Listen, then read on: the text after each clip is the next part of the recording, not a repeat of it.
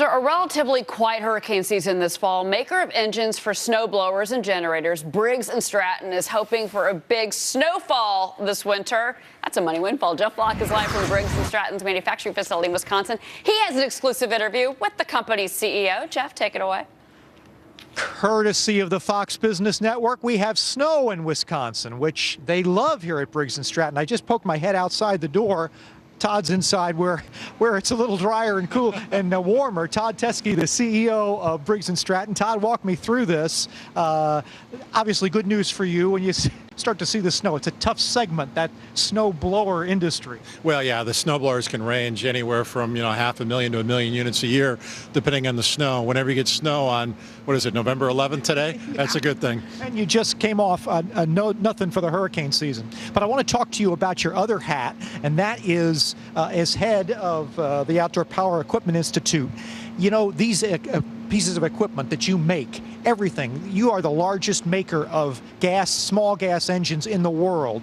Snow blowers, pressure washers, tillers, things like that, absolutely. And these take gas. They for years just took gas. You go down to the gas station and you essentially fill them up with whatever was there. Now with ethanol, you can't do that. A lot of people don't know that. Yeah, ethanol is a really big problem for small engines. Even in small quantities, it's a problem. But with the renewable fuel standard that's out there, the EPA just approved E15. That's a really big problem for these sorts of engines. I want to put up the renewable fuel standard and let people know, because a lot of people don't know about this, how much ethanol is coming into our system. You're not a big fan.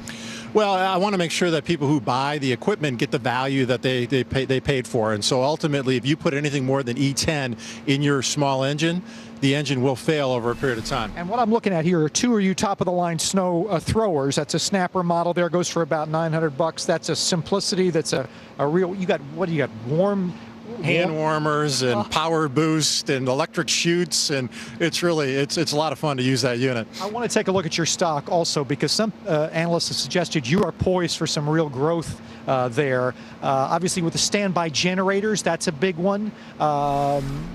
Where do you see the big growth coming up for you? Well, there's a couple of big areas for us. One is, or about three big areas. One is the housing recovery.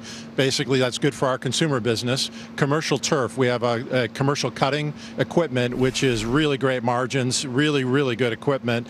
We've seen solid growth there, double-digit growth. And then obviously in the standbys, we've seen double-digit growth as well. Yeah, we've seen a lot of growth in your competitor Generac in terms of standby generators. They've done really well with their stock.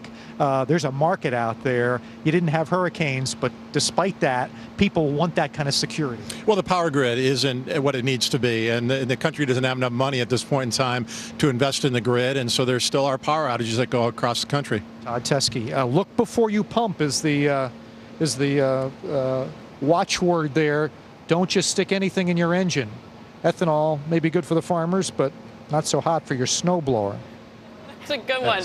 That is a good one, Jeff. I like that one. Put that in the mail. Jeff Block, live out in Wisconsin, where it's snowing. Thanks, Jeff. Heavy metal, baby.